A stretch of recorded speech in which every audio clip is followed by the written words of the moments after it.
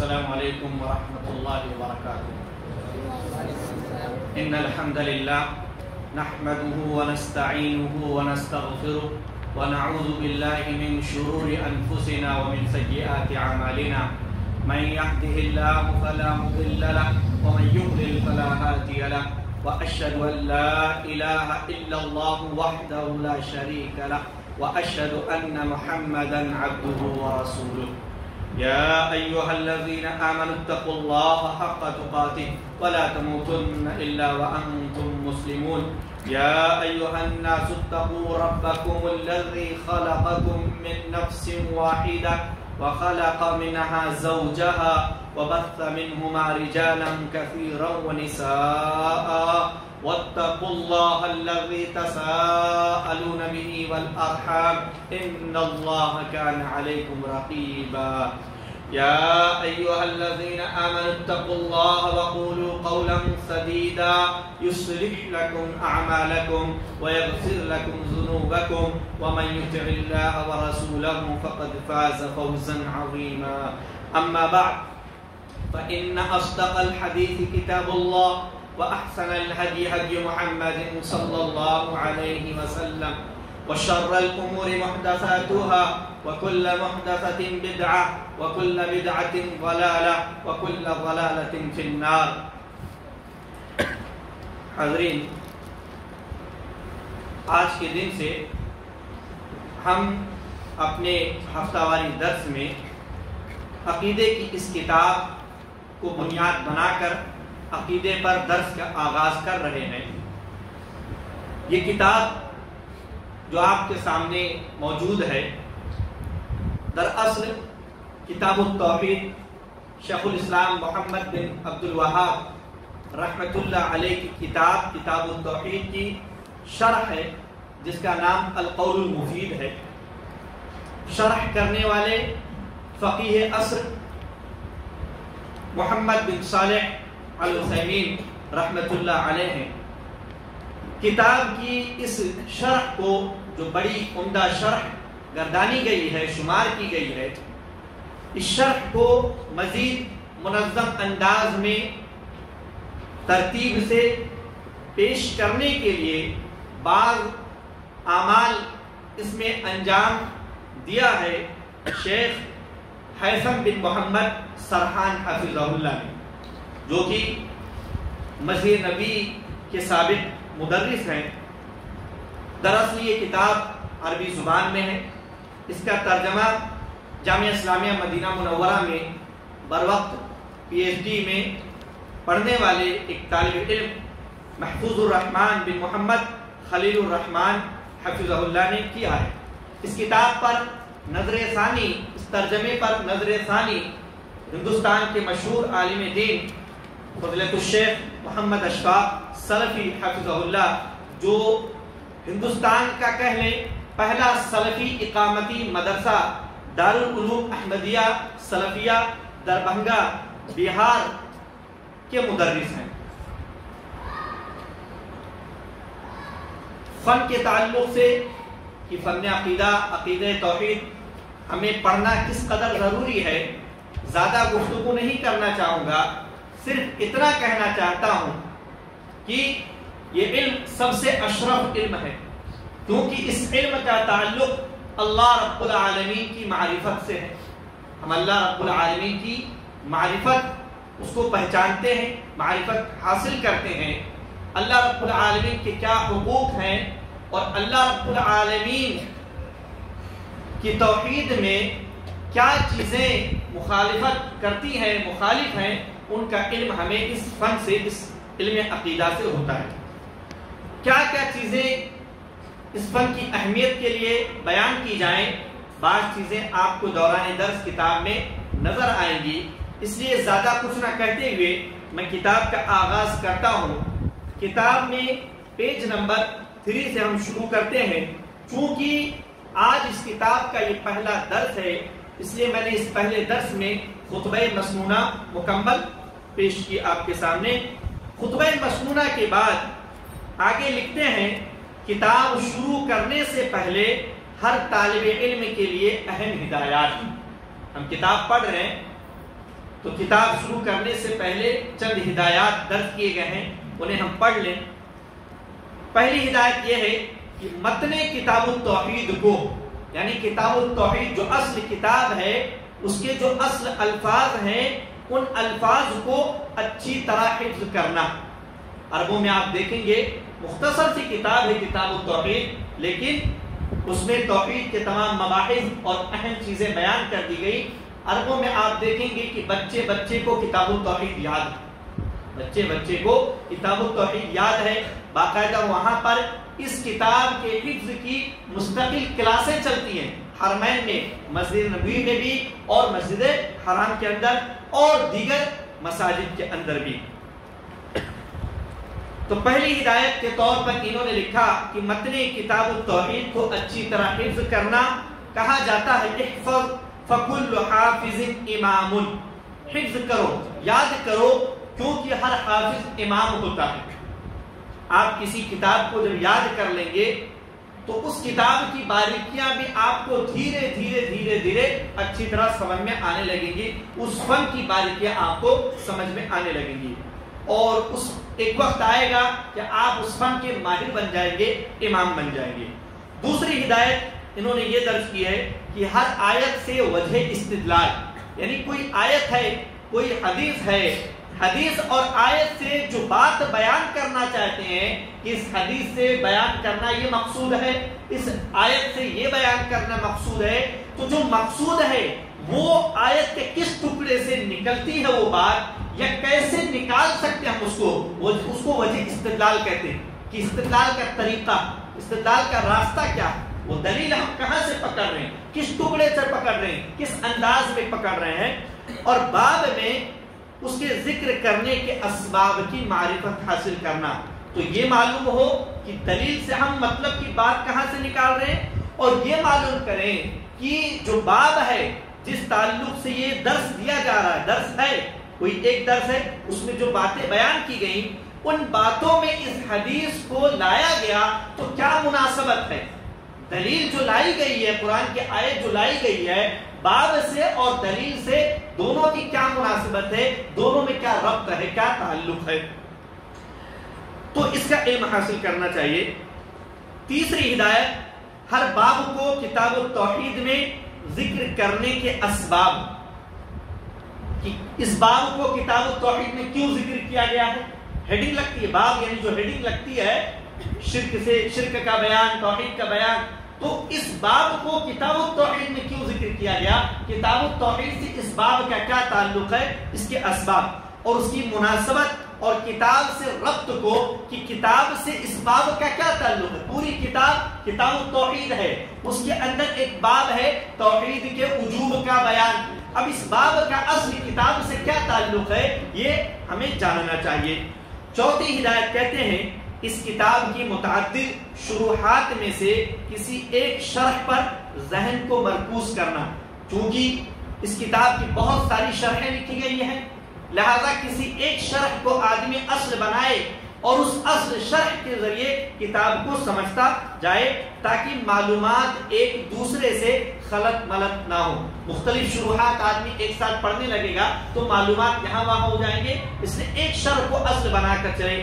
لہذا ہم اس کتاب کے لیے شیخ ابن عثیمین رحمۃ اللہ علیہ کی شرح القول المفید پر ذہن کو مرکوز کریں گے، اور جب اس سے فارغ ہوں گے تو پھر دوسری شرح سے استفادہ کریں گے، اور ہم شرح کے دوران اسی نہج پر، اسی طریقے پر چلیں گے۔ آگے لکھتے ہیں ہم اس کتاب کو کیوں پڑھیں، کتاب التوحید، اسی کتاب کو ہم کیوں پڑھیں، توحید پر اور بھی بہت ساری کتابیں، لیکن اس کتاب کو ہم کیوں چن رہے ہیں اور کیوں پڑھنا چاہیے، درج کرتے ہیں اسباب۔ کیونکہ علماء ربانیین نے، یعنی اللہ والے علماء نے اس کے پڑھنے کی نصیحت کی ہے کہ اس کتاب کو پڑھا جائے۔ بڑے بڑے علماء آپ دیکھیں گے عرب دنیا میں کہ ہر بڑا عالم اور ہر چھوٹا عالم اس کو پڑھتا ہے، اس کو پڑھاتا ہے، اس کو لکھتا ہے، اس کی شرح کرتا ہے، اس کی تفسیر کرتا ہے۔ ہر مسجد کے اندر اس کا درس آپ کو ہزاروں بار ملے گا، کہ ہر مسجد میں، حرم کے اندر کئی عالم اس کا درس دیتے رہتے ہیں، مستقل درس چلتا رہتا ہے۔ شاید ہی کوئی مہینہ ایسا گزرتا ہو جس مہینے میں اس کتاب کا درس حرمین میں نہ چل رہا ہو۔ تو بڑے علماء نے، علماء ربانیین نے اس کے پڑھنے کی نصیحت کی ہے۔ دوسری وجہ، یہ کتاب اپنے فن میں سب سے عمدہ کتابوں میں سے ایک ہے۔ کتاب التوحید فن عقیدہ میں ہے، فن عقیدہ میں جو عمدہ کتاب ہے ان عمدہ کتابوں میں سے ایک یہ کتاب ہے۔ تیسرا سبب، مؤلف رحمۃ اللہ علیہ نے مخالفین کی حجتوں اور شبہات کا، کہ توحید کے جو مخالف ہیں یا جو عقائد کے مخالف افراد ہیں، فرقے ہیں، ان کی جو حجتیں دلیلیں ہوتی ہیں، جن دلیلوں کی بنیاد پر وہ اہل سنت والجماعت سے عقائد کے باب میں اختلاف کرتے ہیں، ان مخالفین کی دلیلوں اور ان کی شبہات، جو شبہے ہوتے ہیں جس شبہے کی بنیاد پر وہ اختلاف کرتے ہیں، ان شبہات کا جواب دلیل کے ساتھ، قرآن و سنت کی دلیل کے ساتھ سمجھا کر بہترین انداز میں اس کتاب میں دیا گیا ہے، اس لیے اس کو پڑھنا چاہیے۔ چوتھا سبب، اللہ نے اس کتاب کو شرف قبولیت بخشا ہے۔ آپ دیکھ لیں دنیا بھر میں اس کی شروحات کی گئی ہیں، ہر زبان میں، کئی زبانوں میں اس کتاب کا ترجمہ ہوا، کئی علماء نے شروحات لکھی۔ آپ احصا کریں گے، شمار کریں گے تو ہزاروں کتابیں اس کتاب کے تعلق سے ملیں گی، جو اس کتاب کی شرح، ترجمہ اور اس تعلق سے مزید کام کرنے پر۔ پانچواں سبب، علماء کرام نے اس کتاب کو حفظ کرنے اور سمجھنے کی نصیحت کی ہے۔ کہتے ہیں عرب میں کہ بچے کو پہلے یہ کتاب یاد کرا دیں، یہ کتاب اس کو سمجھا دے تاکہ بچہ عقیدے میں پختہ ہو جائے۔ ایک حدیث کے اندر اس بات کا بیان ہے کہ ہم بچے کو پہلے ایمان سکھائیں، اس کے بعد قرآن سکھائیں۔ ایمان سکھائیں، اس کے بعد قرآن سکھائیں۔ ایمان سکھائیں یعنی نیک اعمال سکھائیں۔ ایمان کے 70 سے زائد شعبہ ہیں، جن میں پہلا اعلیٰ قول لا الہ الا اللہ، سب سے بلند ترین شعبہ، حصہ کیا ہے؟ لا الہ الا اللہ کہنا، اور سب سے ادنا اماطۃ الاذی عن الطریق، سب سے کم ترین آخری درجہ جو ہے وہ کیا ہے؟ راستے سے تکلیف دہ چیز کو ہٹانا۔ تو حدیث کے اندر ہے کہ پہلے بچے کو ایمان سکھلائے، نیک اعمال، جس کی ابتدا لا الہ الا اللہ سے، کہ اللہ رب العالمین پر ایمان، اس کی وحدانیت پر ایمان، اس سے ابتدا کی جائے، اور باقی جو نیکیاں ہیں، اعمال صالحہ ہیں، ان کو سکھلایا جائے۔ تو علماء نے اس کتاب کو حفظ کرنے اور سمجھنے کی نصیحت کی ہے۔ چھٹا سبق، بہترین انداز میں کتاب کی تبویب اور ترتیب قائم کی گئی۔ کتاب کی جو تقسیم ہے، کتاب کی جو ترتیب ہے، وہ بہت ہی عمدہ، بہت ہی بہترین ہے۔ ایسی ترتیب اور ایسی تبویب دوسری کتابوں میں جو اس فن سے لکھی گئی ہے اس زمانے میں نہیں پائی جاتی ہے، اس وجہ سے اس کا اختیار کیا گیا۔ ساتواں سبب، علماء کرام نے اس کتاب کی تدریس، علماء نے اس کتاب کو پڑھانے اور شروحات کا بکثرت اہتمام کیا ہے، کہ بہت زیادہ اس کتاب کو پڑھاتے ہیں، بہت زیادہ علماء اس کتاب کی شرحیں لکھتے ہیں، تشریحات کرتے ہیں۔ آٹھواں سبب، یہ کتاب و سنت کی دلیلوں سے بھری ہوئی ہے۔ یہ کتاب التوحید، قرآن مجید کی دلیلیں ہیں اس کے اندر، اور احادیث، صحیح احادیث اس کتاب کے اندر بھری ہوئی ہیں، کہ جو بھی باب قائم کرتے ہیں، جو بھی مسئلہ بیان کرتے ہیں، اس کی وضاحت اپنی طرف سے نہ کر کے قرآن مجید کی آیت پیش کر دیتے ہیں، اللہ کے رسول اکرم صلی اللہ علیہ وسلم کا کوئی فرمان پیش کر دیتے ہیں۔ نواں سبب، آسان اور عام فہم عبارتوں کا استعمال کیا گیا ہے۔ جو الفاظ اس میں استعمال کیے گئے، جو ترکیبات، زبان کی جو ترکیبات ہوتی ہیں لینگویج کی، وہ بڑا ہی آسان استعمال کیا گیا تاکہ ہر کوئی اس سے استفادہ کر سکے اور سمجھ سکے۔ 10واں سبب، مؤلف کتاب کے ذی علم اور صحیح العقیدہ ہونے کی علماء کرام نے گواہی دی ہے، کہ اس کتاب کے جو لکھنے والے ہیں وہ ذی علم انسان تھے، اہل علم میں سے تھے، اور ان کا عقیدہ درست تھا۔ اس بات کی گواہی بہت سارے علماء کرام نے دیے، اور ان کو مجدد کہا ہے۔ مجدد یعنی تجدید کرنے والے دین کے۔ حدیث کے اندر آتا ہے کہ 100 سال میں ایک شخص پیدا ہوگا جو اس دین کی، اللہ کے دین اسلام کی تجدید کرے گا، تو ان کو مجدد کہا گیا، یعنی 100 سال میں آنے والا وہ بندہ جس نے دین کی تجدید کی۔ اور آپ اس وقت کے حالات پر غور کریں، جب عرب کے حالات، مکہ مدینہ کے اندر قبریں تھی، مزاریں تھے، اور ان کی پرستش ہوتی تھی، ان کی عبادت کی جاتی تھی۔ پورے عرب کی صورتحال ایسی تھی کہ شرک کی آماج بنا ہوا تھا پورا عرب۔ اس وقت جو ہے محمد بن عبد الوہاب رحمۃ اللہ علیہ اٹھے، عالم توحید کا جھنڈا لے کر اٹھے، اور اپنی دعوت کا انہوں نے اپنے علاقے سے آغاز کیا۔ اور جب اس کے بعد ملک عبد العزیز رحمت اللہ علیہ کا انہیں ساتھ ملا تو پورے مملکہ عرب کے اندر توحید کی دعوت بڑے اچھے انداز میں انہوں نے پھیلا دی، اور الحمدللہ بڑی حد تک سعودی عرب مملکہ سعودی عربیہ جو ہے وہ شرک سے پاک و صاف نظر آتا ہے، جو کہ سب سے بڑا گناہ ہے۔ سب سے بڑا گناہ شرک ہے اور سب سے بڑی نیکی توحید ہے، اور اسی توحید کی برکت ہے کہ اللہ رب العالمین کی برکتیں وہاں پر کثرت سے پائی جاتی ہیں۔ صرف حرمین کے ہونے کی وجہ سے نہیں، حرمین تو ہر زمانے میں وہاں رہا، کفار مکہ کے زمانے میں بھی تھا اور خلافت عثمانیہ کے دور میں بھی وہاں تھا، لیکن باوجود اس کے ایک زمانہ ایسا بھی آیا کہ حرم مکی کے اندر خانہ کعبہ کے اندر اختلاف کا یہ عالم تھا کہ 4 مصلے لگتے تھے، حنفیوں کی الگ، شافعیوں کی الگ، حنبلیوں کی الگ اور مالکیوں کی الگ، ہر کسی کا اپنے وقت پر اذان اور اپنے وقت پر جماعت ہوتی تھی۔ تو اللہ رب العالمین نے ان صاحب کے ذریعے، محمد بن عبد الوہاب رحمۃ اللہ علیہ کے ذریعے اور ملک عبد العزیز رحمۃ اللہ علیہ کے ذریعے یہ چیز ہمارے سامنے لائی اور یہ کارنامہ ان کے ذریعے انجام دلوایا۔ 11واں سبق، مؤلف نے توحید ربوبیت اور توحید اسماء و صفات ذکر کرنے کے ساتھ توحید عبودیت میں لوگوں کی کوتاہی دیکھتے ہوئے، توحید کی جیسا کہ معلوم ہے 3 قسمیں، توحید ربوبیت، توحید اسماء و صفات، ان کا تو ذکر کیا ہے۔ اب بہت سارے لوگ ملیں گے جو ان کو تسلیم کرتے تھے، بہت سارے لوگ ان کو تسلیم کرتے تھے، جیسے کفار مکہ کے تعلق سے قرآن مجید کی بیشتر ایسی آیتیں جن کے اندر اس بات کا ذکر، کئی ایسی آیتیں جن میں اس بات کا ذکر ہے کہ وہ اللہ رب العالمین کی توحید ربوبیت کے قائل تھے، رب مانتے تھے، خالق مانتے تھے، لیکن توحید الوہیت میں کمزور تھے۔ تو انہوں نے توحید ربوبیت کا بھی ذکر کیا، توحید اسماء و صفات کے ذکر کرنے کے ساتھ ساتھ توحید عبودیت یعنی توحید الوہیت میں لوگوں کی کوتاہی دیکھتے ہوئے، ہر کوئی کہتا میں اللہ کی عبادت کرتا ہوں، اللہ کی عبادت کرتا ہوں، ہر مسلمان جو اپنے آپ کو مسلمان کہتا ہے اس کا یہ عقیدہ رہتا ہے، کہتا ہے زبان سے، لیکن اس میں بڑی کوتاہی نظر آتی ہے، زبان سے کہتا ہے لیکن اس باب میں عبودیت میں الوہیت میں بڑی کوتاہی نظر آتی ہے، جو آدمی یا تو سمجھ نہیں پاتا یا شعوری غیر شعوری طور پر اس بیماری میں، اس گناہ میں مبتلا ہو جاتا ہے۔ تو انہوں نے حالات کو دیکھتے ہوئے، ان کوتاہیوں کو دیکھتے ہوئے اس کے ذکر کا یعنی توحید الوہیت کے ذکر کا خصوصی اہتمام کیا ہے۔ تو توحید کی تینوں قسموں کا بیان اس کتاب میں بالتفصیل انہوں نے کر دیا ہے۔ 12واں سبق، نیز مؤلف کتاب نے اس میں سلف کا طریقہ اختیار کیا ہے، یعنی اپنی طرف سے اس میں کچھ بھی ذکر نہیں کیا ہے۔ سلف کی کتابوں کی طرف آپ رجوع کریں گے تو آپ دیکھیں گے کتاب کے اندر پرانی آیتیں، کتاب کے اندر حدیثیں، اپنی طرف سے کچھ نہیں لکھتے ہیں۔ امام بخاری کی کتاب صحیح بخاری دیکھ لیں آپ، انہوں نے مقدمہ بھی نہیں لکھا، اپنی طرف سے انہوں نے مقدمہ بھی نہیں لکھا، بلکہ آغاز ہی اللہ کے رسول صلی اللہ علیہ وسلم کی حدیثوں سے کر دیا کہ مجھے اپنی طرف سے کچھ لکھنے کی ضرورت نہیں ہے، سیدھا کلام رسول ہی کو پیش کر دیں۔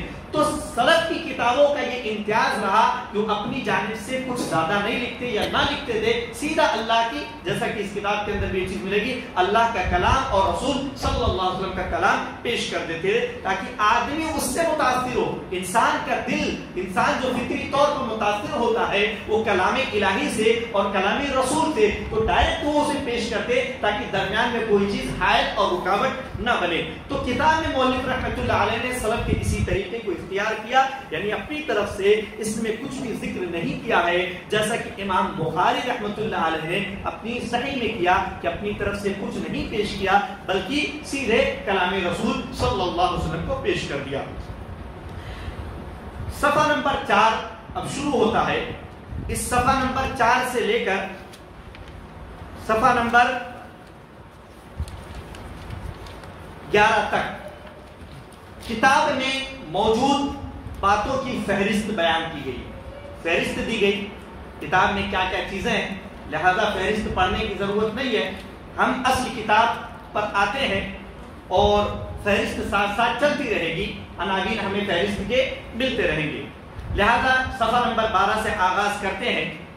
اس کتاب کو 10 قسموں میں تقسیم کیا، 10 قسموں میں تقسیم کیا گیا ہے، ہر قسم کے اندر چند ابواب ہیں، ہر قسم میں چند ابواب ہیں۔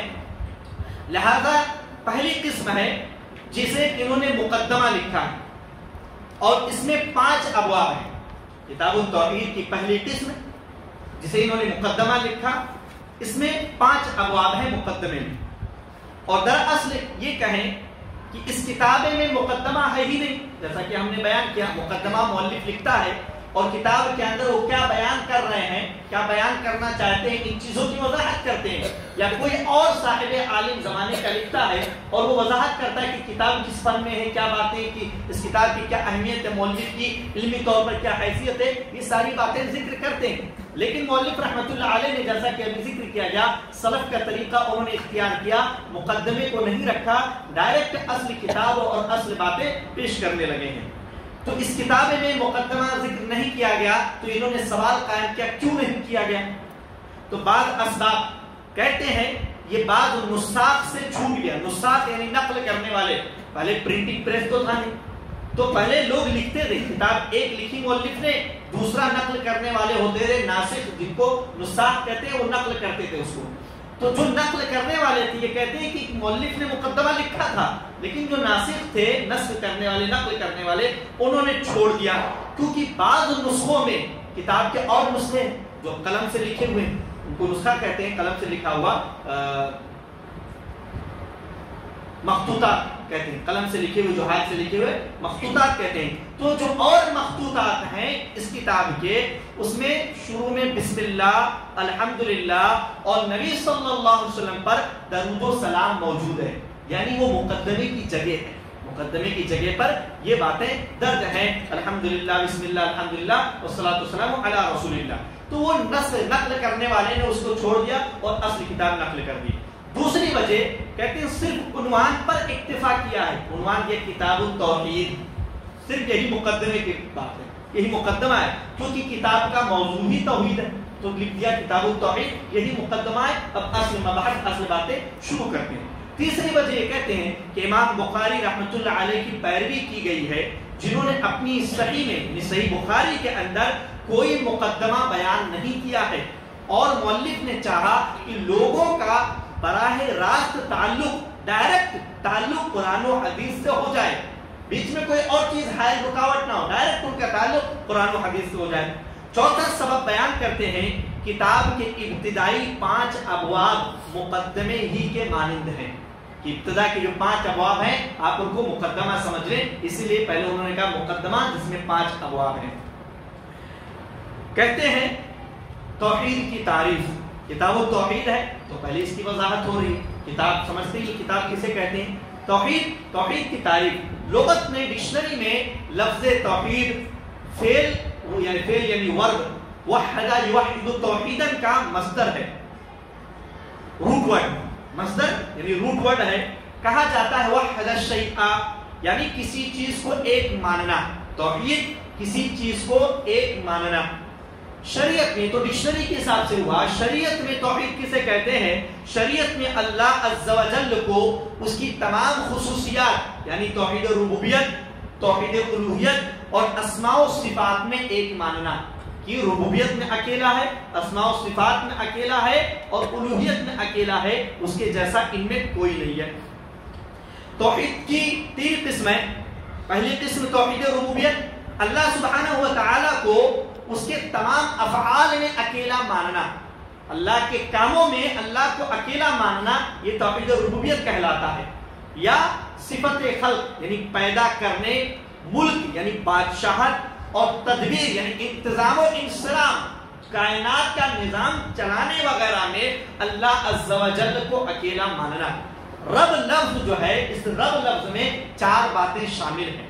پہلی چیز خالق، کہ اللہ خالق ہے، دوسری بات مالک کہ اللہ مالک ہے، اور تیسری چیز رازق کہ اللہ رازق ہے، دینے والا جو بھی ضروریات ہے، اور چوتھی چیز مدبر، تدبیر کہ اللہ رب العالمین مدبر ہے، ساری کائنات کا نظام تنے تنہا اللہ رب العالمین چلاتا ہے۔ توحید کی دوسری قسم توحید الوہیت ہے، جسے توحید عبودیت بھی کہا جاتا ہے، عبادت سے عبودیت۔ چنانچہ اللہ عز و جل کو اس کی عبادت میں اکیلا ماننا، توحید الوہیت، توحید عبادت، عبودیت کیا ہے؟ عبادت میں اللہ کو اکیلا ماننا، کہ عبادت کے لائق اللہ کے علاوہ کوئی اور نہیں ہے، صرف ایک اللہ ہے۔ توحید کی تیسری قسم توحید اسماء و صفات، اسماء یہ اسم کی جمع ہے جس کے معنی نام ہوتے ہیں، صفات یہ صفت کی جمع ہے، صفت سمجھ رہے ہیں کسی کا وصف، جیسے لمبا آدمی تو آدمی کی صفت ہوئی لمبا. تو اللہ کی کیا صفات ہیں، اللہ کی کیا نام ہے؟ کہتے ہیں اللہ تعالیٰ نے اپنی کتاب یعنی قرآن مجید میں یا اپنے رسول کی زبانی، اللہ کے رسول نے اپنی زبان سے یعنی احادیث کے اندر مقبول احادیثوں میں اپنا جو نام رکھا ہے، اللہ نے جو اپنا نام رکھا ہے جیسے رحمان، رحیم، غفور، غفار، یا اپنے لیے جو صفت بیان کی، اپنے لیے جو صفت بیان کی، جیسے بیان کیا کہ میرے ہاتھ ہیں، میرا چہرہ ہے، اللہ نے بیان کیا. اللہ نے بیان کیا کہ انگلی ہے، تو اللہ نے اپنے لیے ایک صفت بیان کی کہ انگلی ہے. اللہ نے بیان کیا اللہ بولتا ہے، یہ اللہ کی صفت ہے. اللہ نے بیان کیا کہ اللہ ہنستا ہے. اللہ نے بیان کیا کہ اللہ غضبناک ہوتا ہے، غصہ کرتا ہے. تو یہ ساری صفات اس میں اس کو تنہا ماننا. تو اللہ کے ناموں میں اور اللہ کی صفات میں تنہا ماننا کہ اللہ کا جو نام الرحمن ہے اور الرحمن کا جو تقاضا ہے، جو ورڈ ہے الرحمن، اور رحمان کا جو معنی مطلب ہوتا ہے اس جیسا کوئی نہیں ہے. رحمان کا جو معنی مطلب ہوتا ہے سمیع، لے لے سمیع سننے والا، لفظی طور پر اس کا ترجمہ ہے تو سننے والا، لیکن اللہ رب العالمین جیسا سننے والا کوئی نہیں ہے. لیس کمثلہ شیء، اس کے جیسی کوئی چیز نہیں. وہو السمیع البصیر، اور وہ سننے والا دیکھنے والا ہے. تو انسان اور مخلوقات بھی سنتے ہیں دیکھتے ہیں لیکن اس کے جیسا نہیں، اس کے جیسا نہیں. اللہ کی سماعت اور اللہ کی صفات اللہ ہی کے شایان نشان ہے، اس جیسا کوئی نہیں ہو سکتا. اور دیگر لوگوں کی وہ صفات ان کے لائق جیسے ان کے اعتبار سے ہے. تو صفات میں اللہ کو طرح ماننا، جیسے اللہ کی صفت ہنسنا، تو اللہ جیسے ہنستا ویسے کوئی نہیں ہنس سکتا. اللہ جیسے غصہ کرتا ویسے کوئی نہیں غصہ کر سکتا. تو اللہ اپنی صفت میں اکیلا ہے، تنہا ہے. اور وہ اس طرح کہ اس نے اپنے لیے جو ثابت کیا ہے اس کو ماننا. اللہ نے اپنے لیے جو نام جو صفات ثابت کیے ہیں ان کو تسلیم کرنا کہ ہاں یہ اللہ کی صفت ہے. جیسے ہاتھ اللہ نے ثابت کیا تو تسلیم کرنا ہاں اللہ کے ہاتھ ہے. بعض لوگ انکار کرتے ہیں، اس کی تفصیل آ رہی ہے. اور جس کی نفی کی اور جس کا انکار کیا کہ یہ اللہ کی صفت نہیں ہے، جیسا کہ آیت الکرسی کے اندر اللہ رب العالمین نے ذکر کیا لا تأخذوا سنۃ ولا نوم، کہ اللہ رب العالمین کو نہ اونگ پکڑتی ہے اور نہ ہی نیند. اللہ کو نہ اونگ آتی ہے اور نہ نیند. ایسا نہیں ہوتا کہ اللہ سوتا ہے، یا ایسا بھی نہیں ہے کہ اللہ کو اونگ آتی ہے. اونگ کس کو آتا ہے؟ اونگ تو نقص کی کمی کی علامت ہے نا. اونگ آ گیا، آدمی سستی ہو گیا، اس میں تھک گیا تبھی اونگ آئی. تو اللہ کے لیے ایسی کوئی صفت نہیں ہے جو اس کے لیے نقص کی بات ہو، اس کے لیے عیب کی بات ہو. لہذا ایسی تمام چیزوں کا انکار کرنا جس کی اللہ نے نفی کی ہے، وہ بھی بغیر کسی تحریف کے. تحریف کے یعنی معنی پھیرنا نہیں ہے، معنی بدلنا نہیں ہے. جیسے اللہ رب العالمین نے کہا کہ میرے ہاتھ ہیں، بعض لوگ اس میں تحریف کرتے ہوئے کہتے ہیں کہ ہاتھ کا مطلب قوت ہے، طاقت. تحریف کا مطلب کہتے ہیں طاقت ہے. اللہ نے ہاتھ کا ذکر کیا لیکن مطلب اس کا طاقت ہے، بغیر تعطیل کے. تعطیل یعنی ختم کر دینا. اللہ رب العالمین نے کہیں ذکر کیا کہ اللہ نازل ہوتا ہے، اللہ نزول فرماتا ہے قرآن و سنت کی کئی دلیلوں میں. تو اس کا انکار کرتے ہیں کہ نزول کا مطلب یہ نازل ہونا نہیں ہے کہ جس طریقے سے آدمی جس طریقے سے نزول ہوتا ہے، اس کا انکار کرتے ہیں. کہتے ہیں اللہ تو ہر جگہ، اس کو نزول کی کیا ضرورت ہے، اللہ تو ہر جگہ ہے. تو جو انکار کر دیتے ہیں کلی طور پر، کامل طور پر، وہ تعطیل کہلاتا ہے. اس کے بغیر ہمیں تسلیم کرنا ہے. تکیف کیفیت بتلانا، حالت بتلانا. ہم نے کہا اللہ نے بیان کیا کہ اللہ کے ہاتھ ہیں. اب کوئی بیان کرے کہ اللہ کا ہاتھ کیسا ہے، ہاتھی کے پروں جیسے، ہاتھی کے کان جیسے، انسان جیسے، جنات جیسے. تو جو کیفیت بیان کرنا ہے کہ اللہ کے ہاتھ ایسے ایسے ہیں، اس کے بغیر ہمیں یہ تسلیم کرنا ہے کہ اللہ کے ہاتھ ہیں. جتنا بیان کیا گیا اللہ کی صفات اور اسماء کے تعلق سے ان کو ہو بہو تسلیم کرنا.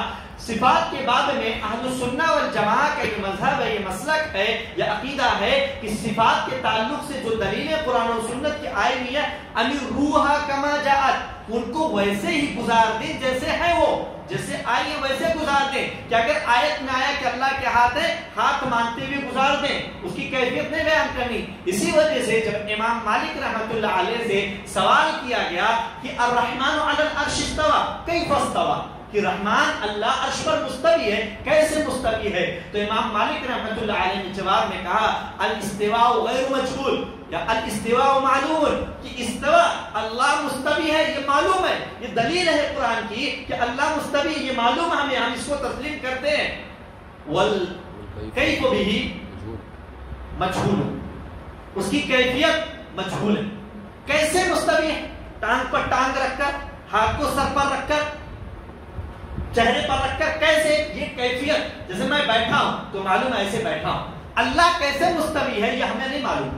کیفیت جو ہوتی حالت وہ کیسے ہمیں نہیں معلوم. صرف اللہ نے یہ بیان کیا کہ اللہ عرش پر مستوی ہے. ہمیں یہ تسلیم کرنا ہے کہ اللہ عرش پر مستوی ہے، کیفیت نہیں. تو فرمایا الاستواء معلوم والکیف عنہ والکیف مجہول، کیفیت مجہول ہے. والایمان به واجب، اس بات پر ایمان لانا کہ اللہ مستوی ہے واجب ہے، فرض ہے. اگر کوئی انکار کرتا ہے تو پھر اس کا ایمان خطرے میں پڑ جائے گا. والسؤال عنہ بدعہ، اور اس کے تعلق سے نہیں، کیفیت کے تعلق سے سوال کرنا بدعت ہے.